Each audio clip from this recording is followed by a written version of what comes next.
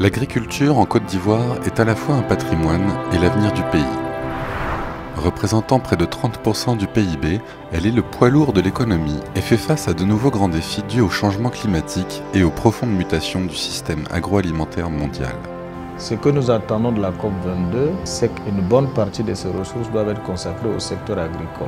La priorité reste la professionnalisation du secteur. Surexploitation des terres, pratiques agricoles inappropriées, insuffisance ou mauvaise utilisation des engrais, les sols ivoiriens sont fragilisés, parfois épuisés.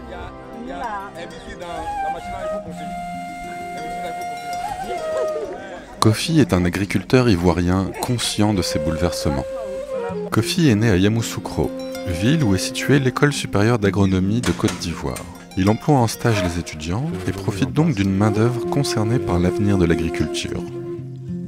Pratiquant une agriculture itinérante, traditionnellement, il abandonnait parfois une parcelle cultivée dont la fertilité des sols avait beaucoup diminué et se dirigeait vers une nouvelle terre plus propice.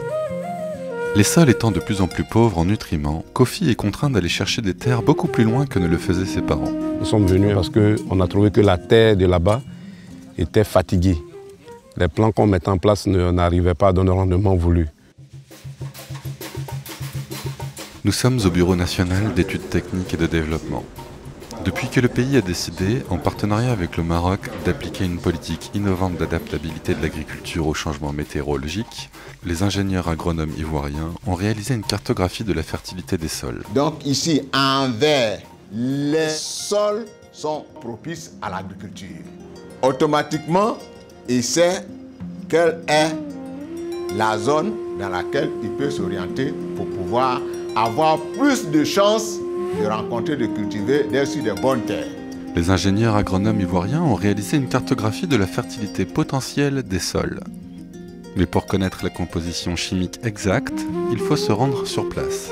Alors monsieur, bonjour. On va procéder au prélèvement du sol. Comme Kofi, ce paysan cultive des légumes et des fruits, son terrain se porte plutôt bien, mais il souhaite faire plus d'aubergines violettes, un produit phare de son exploitation. L'échantillon moyen doit refléter l'état de son sol, parce qu'il va appliquer la fertilisation sur toute la surface. Notre agriculture, elle est itinérante. On se déplace d'année en année. Ça, il faut arrêter. Il faut fixer, stabiliser l'agriculteur et sa production.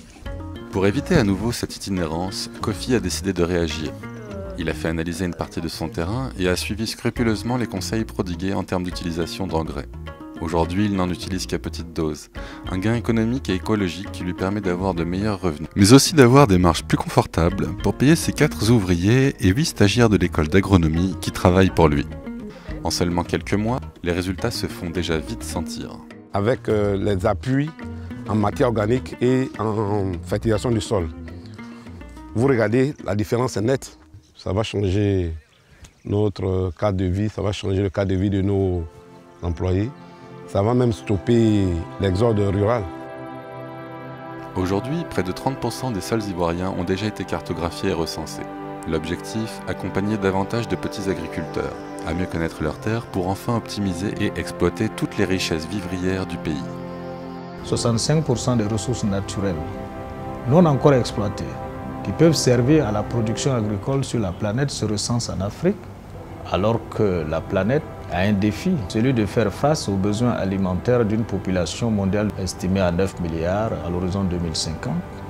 Consciente de son potentiel agricole à l'échelle mondiale, la fertilisation des sols est devenue depuis quelques années un enjeu majeur pour la Côte d'Ivoire.